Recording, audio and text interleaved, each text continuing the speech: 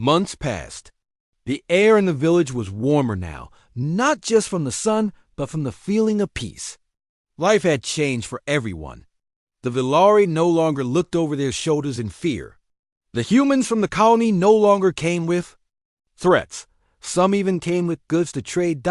Ethan helped build a new well near the center of the village. He worked beside both Villari and humans. They spoke, laughed, and shared food together. It was a small sign of something bigger, a new beginning. Lyra had become a voice for her people. She didn't seek power, but the villagers turned to her. She gave advice, listened to problems, and helped settle arguments. Even Vesa, the elder, often asked Lyra's thoughts before making decisions. One morning, a small Villari girl brought Lyra a flower. It was a Myra bloom, bright and silver, just like the ones from her home world. "We found seeds near the hills," the girl said. "We planted them weeks ago."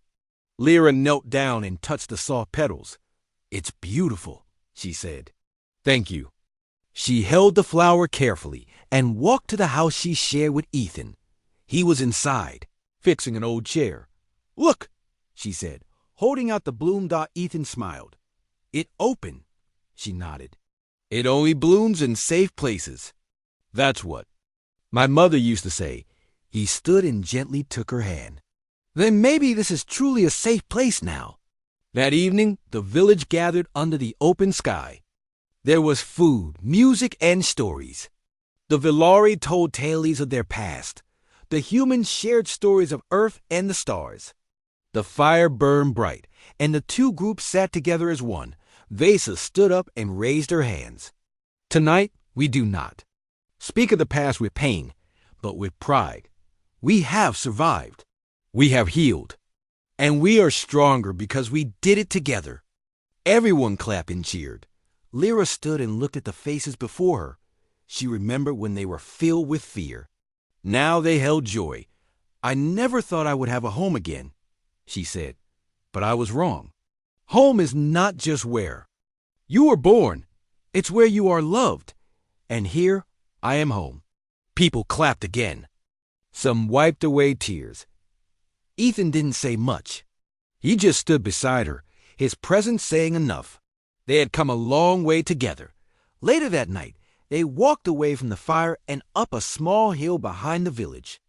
The stars were out, clear and bright. The moonlight covered the trees and the ground with silver light. Ethan sat on the rock and Lyra sat beside him. "Do you ever think about leaving?" she asked. "Sometimes," he said, "but only to wonder why I'd ever want to." She smiled. "I feel the same." He turned to her. "You gave me something I didn't know I was missing." "A place to belong?" she asked. "Yes," he said, "and someone to belong with." They sat in silence for a while. Then Ethan reached into his coat pocket and pulled out a small box. Lyra looked at him, confused. He opened the box. Inside was a simple ring, made of stone and silver. "It was rough but beautiful. I made it," he said. "With help, of course." Lyra's eyes filled with quiet surprise. "You don't have to say anything," Ethan said. "I just wanted you to know that I'm here, for good." She took the ring in her hand and looked at it closely. Then she looked at him. "You're a strange man," she said, "but you're mine." She slipped the ring on her finger.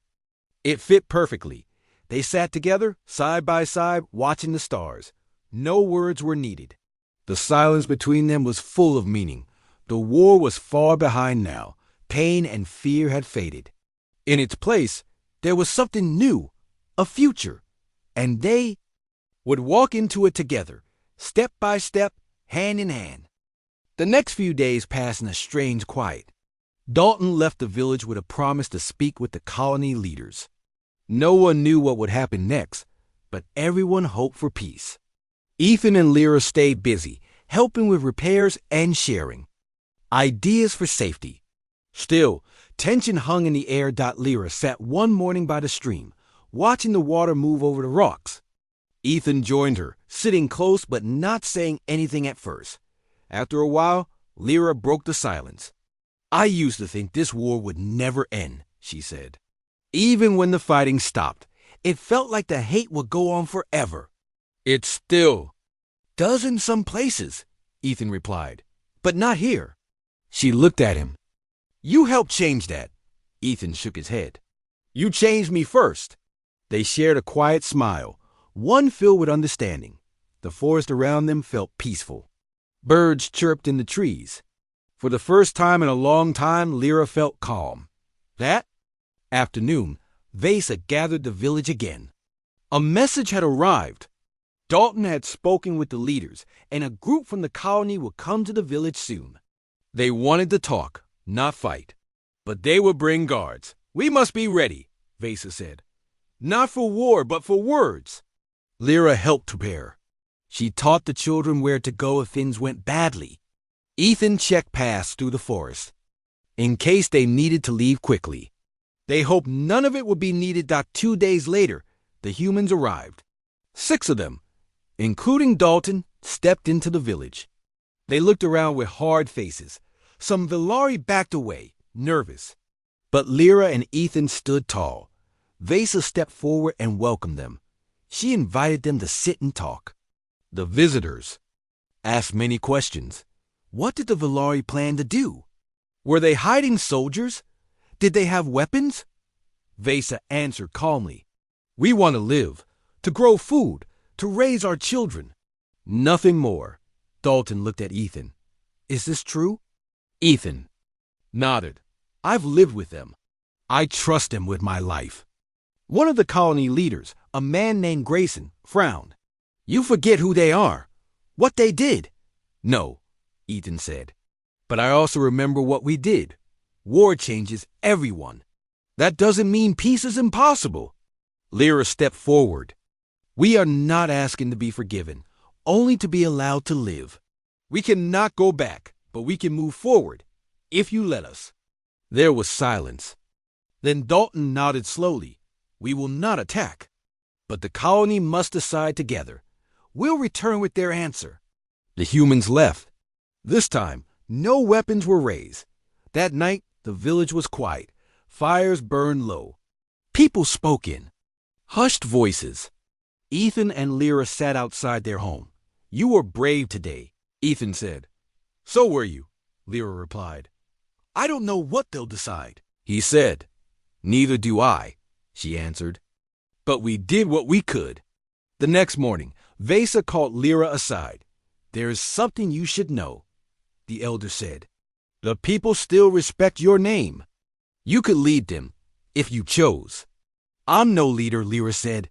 You are more than you think, Vesa replied. Lyra didn't answer, but the words stayed with her. That evening, while walking through the village, Ethan saw a group of young Villari listening to Lyra speak. She told them about her past, about the war, and about healing. They listened closely, their eyes wide. Ethan smiled. She was already leading, even if she didn't see it. A few days later, the humans returned. This time, the whole village gathered. Dalton stood before them. We spoke with the colony council, he said. It was not easy. Some still fear you. Some still hate, but others see what you are building. And they want peace. He looked at Vesa and Lyra. You may stay. We will leave you in peace as long as you stay peaceful. Trade may be possible. In time, maybe more. There was a quiet moment. Then cheers broke out. People hugged. Children laughed. Hope filled the air. That night, there was music. Food was shared, and even some of the human visitors stayed to join. The celebration. Ethan stood by the fire, watching Lyra dance with the children. Her smile lit up the night. Later, when the stars were out, Lyra walked to Ethan. It's really happening, she said. Yes, he replied. Because of you. Because of us, she said. They stood together under the stars, hands touching. Gently, there was no need for more words. The war was behind them. A new life was beginning, and they would face it side by side. The village in the valley was calm and full of quiet work. Villari children laughed as they played by the stream. Older ones tended the gardens or helped build homes from wood and stone. Every face showed a bit of pain from the past, but also hope. Lyra walked through the village with Ethan by her side. Some people still stared at Ethan, unsure of him, but they respected Lyra. She was from one of the noble houses. Even after the war, her name still meant something. The elder woman who welcomed them was named Vesa. She invited them to stay as long as they wished. She gave them a small home at the edge of the village. It had 2 rooms and a view of the trees. Lyra helped in the healing tent, where she used her old training to treat wounds and sickness. Ethan helped repair broken roofs and fences. Though some were unsure of him at first, his quiet and kind nature slowly changed their minds. One afternoon, a young Velari boy came running to Lyra while she worked. "There's someone hurt," he said. "A hunter fell near the cliffs." Lyra ran with him, and Ethan followed. They found a hunter lying on the rocks, his leg twisted. Lyra checked him quickly. "We have to move him," she said. Carefully, Ethan helped lift the man. He was strong and gentle, and the others saw how careful he was. They brought the man back to the healing tent. After that day, the villagers began to trust Ethan more. Some greeted him in the morning. Others asked for his help. He never tried to take charge. He just worked. One evening, Lyra and Ethan sat near the fire outside their small home. The stars above were bright. "You fit in here," Lyra said. "So, do you?" Ethan replied. "I haven't felt like this since before the war," she said. "Like I matter. Like I'm not broken." "You were never broken," Ethan said. "You were hurt. There's a difference." Lyra looked at him and smiled. A small, real smile. Then she leaned her head on his shoulder. He didn't move. He just sat with her, the fire crackling beside them. But peace did not last long. A week later, scouts from the village returned with bad news. People from the colony were moving closer to the forest. They were armed. It wasn't clear why they were coming, but it didn't feel friendly. Vesa called a meeting. The villagers gathered in the center. "We cannot fight," she said. "We have no army, but we must protect ourselves." Some wanted to leave. Others wanted to hide. Lyra stood up. "If they find us, they will think we are a threat. We need someone to speak to them. Someone who can calm their fears." Everyone looked at her. She turned to Ethan. "You can speak for us. You know their ways." Ethan nodded. "I'll go. But I won't go alone." Lyra stood by his side. "I'll go with him," Vesa agreed. "Go carefully and return safe." The next morning, they set out. They walked through the forest for 2 days, following the scouts' trail. On the second night, they saw smoke in the distance. A human camped. Ethan and Lyra approached slowly, hands raised. The guards pointed weapons but did not fire. A man stepped forward. It was one of the colony leaders, Mr. Dalton. Ethan had met him once. "What are you doing here?" Dalton asked. "We came to speak," Ethan said. "There's a village nearby, Velari survivors. They mean no harm." Dalton frowned. "And you believe that?" "I've lived with them. They want peace. They're building homes, not weapons." Dalton looked at Lyra. "She's one of them." "She's also the reason I'm alive," Ethan said. "We both want to stop another war." Dalton didn't answer for a long time. Then he nodded slowly. "I'll come see this village. If you're lying, we'll know." Ethan and Lyra led the way back through the forest. When they arrived, the village stood ready but calm. Vesa stepped forward to meet Dalton. He walked through the village, watched the people work, saw the children play, and the wounded being cared for. His eyes softened. "I see no threat here," he said. "But not everyone will agree." "Then help us," Lyra said. "Speak for us." Dalton nodded. "I'll do what I can." That night, there was a feast in the village. For the first time, humans and Velari sat at the same table. Ethan and Lyra sat together, their hands close but not touching. Words were not needed. In a world still full of fear, they had built something small but real, and it was only the beginning. One morning, the colony sky turned gray. Clouds gathered thick and low. Ethan stepped outside and smelled the change in the air. A storm was coming. He went back in to tell Lyra. She stood by the window, watching the sky. "It looks angry," she said. "Storms here don't last long," Ethan replied. "But they come fast." They worked together to bring in tools from the garden and lock the windows. The wind began to rise. Leaves flew across the ground, and the first drops of rain started to fall. As the storm hit, the power flickered. The lights went out, and the house filled with shadows. Ethan lit a lantern, and they sat at the table in the soft glow. "Storms used to scare me when I was a child," Lyra said. "They scared me too," Ethan said. "But now they make me feel small. It's strange, but I like it." The storm lasted all night. Wind howled outside, and the house creaked. But inside, it was warm. Lara brought out the book about stars and read it by the lantern. Ethan listened quietly, watching her as she turned each page slowly. In the morning, the storm passed. The air was fresh. The ground was wet, and the garden had taken some damage. Ethan and Lyra worked together to fix it.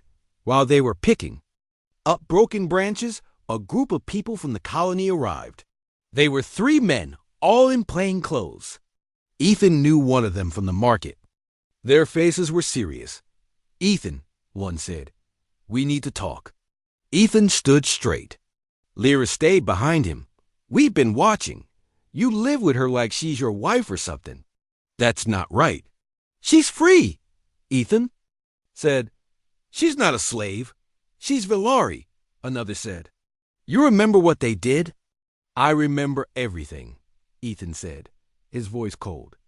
"And I also know not all of them were soldiers." "She should leave, the first." Man said, "She's not welcome here." "I won't send her away," Ethan said. The men looked at each other, then walked off. One turned and spat on the ground. Lyra watched them go. Her face was calm, but her eyes were sad. "That's how it will always be," she said. "They'll never accept me." "Maybe," Ethan said. "But they don't speak for everyone." That night, they sat quietly. The air was still heavy from the words spoken earlier. Ethan stared into the fire. Lyra sat close, her hands folded in her lap. "I could leave," she said. "It might make things easier for you." Ethan looked at her. "Do you want to leave?" She didn't answer. "Then don't," he said. "I don't want you to go." The next day, Ethan got a message. There were rumors of Vilari camps hidden deep in the wildlands beyond the colony. Some said the camps held refugees. Others said they were building something new. Lyra listened carefully. "If there are others," she said, "I want to find them." Ethan nodded. "Then I'll go with you." They packed supplies, water, food, and clothes. They left the house behind, locking the door and leaving a note in case someone came looking. They walked into the forest, following old paths and the directions Ethan got from a friend. For days they traveled through tall trees, across rivers, and over rocky hills. They slept under the stars and told stories to pass the time. Lyra showed Ethan how to find safe plants to eat. Ethan taught her how to read a map. One night, they sat by a small fire. Lyra looked at the flames and spoke softly. "When I was a child, I dreamed of being a leader. Not in war, in peace. I wanted to teach, to help others grow." "You still can," Ethan said. She smiled a little. "Maybe." On the 7th day, they found something in a deep valley, hidden by cliffs and trees. There were lights. Soft, glowing. Lights. They walked down slowly, carefully. What they saw took their breath away. Dozens of Vilari of all ages lived in a small, hidden village. There were children playing, elders cooking, people building homes from wood and stone. It was quiet but alive. As they entered, the people looked up. Some stepped back when they saw Ethan. Others looked at Lyra with wide eyes. An older Vilari woman stepped forward. Her silver hair was tied back, and her eyes were wise. "Lyra," she said, "I know your face." You are of House Velian. I was, Lyra said. Now I'm just Lyra. The woman nodded. She looked at Ethan. And? This human? He's my friend, Lyra said. He helped me when no one else would. The woman studied Ethan for a moment. Then she gave a small nod. Come, rest. You are welcome here. That night, Ethan and Lyra sat by a fire with the others. Music played softly in the background. For the first time in a long time, Lyra felt like she belonged, and Ethan, surrounded by strangers, felt strangely at home. Ethan spent most of his days fixing things around the house or working in the garden. Lyra often helped, but sometimes she would sit by herself under the large tree behind the house. She stared at the sky a lot, like she was searching for something. Far away, one afternoon, Ethan joined her under the tree. He sat beside her without saying anything. They watched the clouds pass slowly. After a while, Lyra spoke. I had a sister, she said. Younger than me. Her name was Sella. Ethan looked at her gently. What happened to her? Lyra took a deep breath. She was taken. During the war. I don't know if she's alive. Ethan didn't know what to say. He had lost people too, but it felt different hearing it from her. The pain in her voice was quiet, but strong. I'm sorry, he said. Lyra nodded, then looked down at the necklace he had given her. You gave this to me. Why? He looked out at the hills. Because it meant something to me. And now you mean something too. Lyra was silent. Her fingers touched the stone gently. That night, she didn't eat in silence. She asked Ethan about his childhood. He told her about his mother's cooking, how she used to burn the bread every time. He laughed, and Lyra laughed too. They were still different, human and Valari. But something was changing between them. The next morning, Ethan found Lyra sitting by the garden. She had drawn something in the dirt. It was a flower with many petals. He knelt beside her. It's from my home world, she said. It's called a Myra bloom. It only opens in moonlight. It's beautiful, he said. She looked at him. I'd like to plant one here. If we find seeds. We'll look. Together. He said later that week, Ethan went into the colony for supplies. Lyra stayed behind. He didn't worry anymore about leaving her alone. She had started to feel like part of the home. While he was gone, Lyra walked around the house, checking the garden and cleaning the rooms. She found an old book in a drawer. It was about the stars, with drawings of constellations and planets. She sat on the floor and began to read. When Ethan returned, he saw her sitting there, the book open in her lap. She looked up. You study the stars? She asked. I used to, he said. Before the war, I liked them. They feel steady. They don't change much, he said, even when everything else does. One evening, a message came on Ethan's communicator. It was from an old friend named Kyle, a former soldier. He was coming to visit Dot when Kyle arrived. He looked surprised to see Lyra. You live with one of them? He asked Dot. Ethan nodded. She's not what you think. Kyle was quiet during dinner.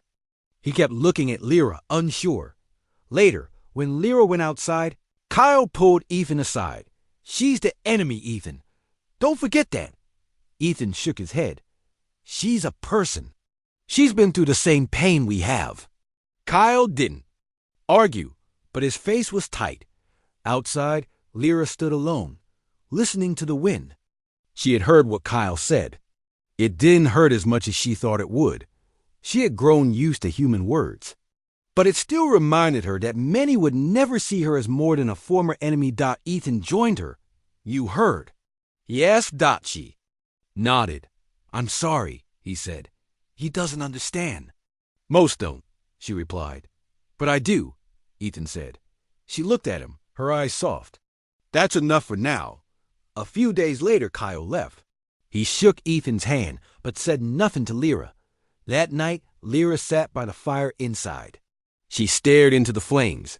I don't want to be a symbol, she said. I don't want to be someone's guilt or prize. You're not, Ethan said. You're just you, and that's enough. She looked at him for a long time, then nodded. That night, she slept peacefully. And so did Ethan. The war was still behind them. But every day, they walked a little farther away from it, together. The days went by slowly, one after another. Ethan woke up early each morning and worked in the small garden outside his house. It was quiet work, pulling weeds and watering the plants. Lyra watched him at first, standing near the door. She didn't understand why he worked so hard, especially for food he could just buy from the colony market. One morning, Ethan saw her standing by the garden. He didn't say anything at first. She looked at the soil, then at the plants. Finally, she asked, "Why do you grow your own food?" "It helps me feel normal," he said. "It gives me something to take care of." Lyra was silent for a moment. Then she bent down and helped him pull weeds. They didn't speak much while working, but something changed that day. From then on, Lyra helped him in the garden each morning. She didn't complain. She worked beside him without needing to be asked. Later, Ethan found an old datapad and set it up in the living room. It had news, books, and some music. He noticed Lyra watching it when she thought he wasn't looking. One night, he turned it on and played soft music while cooking dinner. She didn't say anything, but she stayed longer at the table that evening. Sometimes. Ethan told her short stories about Earth. He talked about snow, about oceans, and about holidays. Lyra listened quietly. When he asked her about her planet, she hesitated at first. But slowly, she started sharing. "My home had blue trees," she said one night, "and birds with feathers like glass. The sun would rise behind the mountains, and the sky would turn orange and pink." "It sounds beautiful," Ethan said. "It was," she said, then looked away. One afternoon, while fixing the water pump outside, Ethan slipped and cut his hand on a sharp piece of metal. Blood ran down his palm. Lyra rushed over and took his arm. "Sit," she said firmly. He sat on a rock while she cleaned the wound with clean water.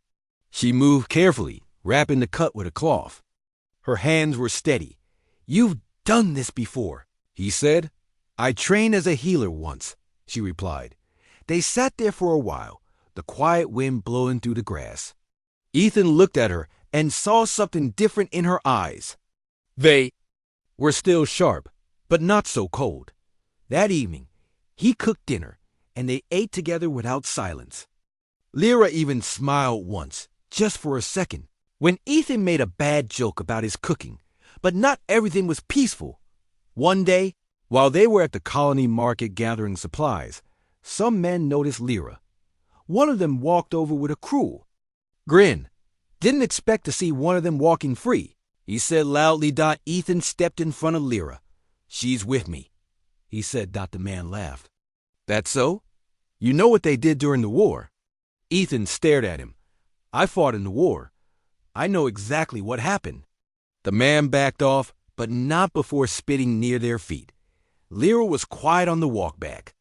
When they reached the house, she didn't go inside. Instead, she sat on the steps, staring out at the forest. "You don't have to stay," she said softly. Ethan sat beside her. "Neither do you?" She looked at him. "I have nowhere else to go." "Then stay. Here, not because you're forced to, but because you want to." Lyra didn't answer, but she didn't move either. The next morning, she was in the garden again, pulling weeds before Ethan even got outside. Later that day, Ethan brought out a small wooden box. Inside was a necklace, simple with a small stone, set in a metal frame. "It was my sister's," he said. "She gave it to me before I left for the war. Said it would remind me of home." He held it out to her. Lyra looked at it, then at him. "I want you to have it," he said. Lyra took it slowly, then closed her hand around it. Her eyes were soft, and for the first time, she didn't look like someone who had lost everything. She looked like someone who might find something new. That night, the stars above were clear. Ethan and Lyra sat outside, saying nothing, just watching the sky. The war felt far away, but the future felt a little closer. The war had ended. The stars were quiet now, no longer filled with the sounds of battle. Ships that once carried soldiers now returned with silence and scars. Ethan Carter stepped off the transport ship and looked up at the sky of the small colony. Planet. It was a quiet place, far from the center of the galaxy. He had asked to be sent here. After all he had seen, he just wanted peace. Ethan was a soldier. He had fought in many battles during the Galactic War. His uniform was worn and his eyes held a tired look. He was not old, but he felt older than he looked. He had lost friends. He had done things he did not want to remember. Now he wanted to start again. As part of the peace agreement, the human forces received war reparations from the defeated Velari Empire. Some humans were given weapons, ships, or land. Others were given slaves. Ethan didn't want anything. But when he arrived at the colony office, they handed him a small data tablet and pointed to a nearby holding area. "You're assigned a Velari," the officer said. "She's yours now." Ethan didn't respond. He walked to the holding area and stopped when he saw her. She was tall, with silver skin that shimmered faintly in the sunlight. Her eyes were violet, sharp, and proud. Her long black hair hung loosely down her back. She stood straight, even, with her hands chained and her clothes torn. Her name was written on the tablet, Lyra. She looked at him without fear, only coldness. "I didn't ask for this," Ethan said quietly, more to himself than to her, but there she was. Ethan took her home. It wasn't much, a small house near the edge of the forest, quiet and far from the colony's center. You didn't speak much on the walk. Lyra didn't speak at all. At the house, he opened the door and led her inside. She stepped in slowly, her eyes scanning the room. He unshackled her wrists. She pulled her hands close to her chest but didn't say anything. "You can sleep in that room," he said, pointing to the guest room. "You're not a prisoner here." She stared at him. "I won't hurt you," he added. Still, she said nothing. That night, Ethan sat alone on the porch. He looked up at the stars. They seemed peaceful now, but he couldn't forget what he had seen. He thought about Lyra, about how she stood tall even in chains. She had a strength in her that reminded him of the old soldiers he used to serve with. Inside, Lyra sat on the edge of the bed. She didn't sleep. She kept waiting for the cruelty she expected. She had heard stories of how humans treated Velari prisoners. She had seen friends beaten, others taken away, and never returned. She did not believe in kindness anymore. But the man had not touched her. He had not yelled. He had given her a room. In the morning, Ethan cooked simple food. He placed a plate on the table across from his own and waited. Lyra came out slowly. She sat but didn't touch the food. "It's safe," he said. She picked up the fork, tasted a small bite, then another. Days passed like that. He spoke little. She spoke even less. But he never raised his voice. He never locked her door. When she coughed, he brought her water. When he noticed a wound on her arm, he gave her a medical patch. One evening, a storm rolled in. Thunder shook. The sky, the power flickered. Lyra sat near the window, watching the rain fall. Ethan lit a lantern and placed it on the table. "You're not what I expected," she said, her voice soft and quiet. Ethan looked at her. "I'm not sure what I expected either," he replied. "I was a noble," she said, "before the war." "I was just a farm boy," he said, "before I was a soldier." They sat in silence, the rain falling between their words. That night, Lyra closed her door and slept for the first time without fear. Ethan lay in his bed, thinking about how strange it was to share his home with someone who had once been an enemy. But she was not a monster. She was a person. He didn't know what would happen next. But he knew one thing: he would not treat her like a slave. And maybe with time, she would stop seeing him as her captor.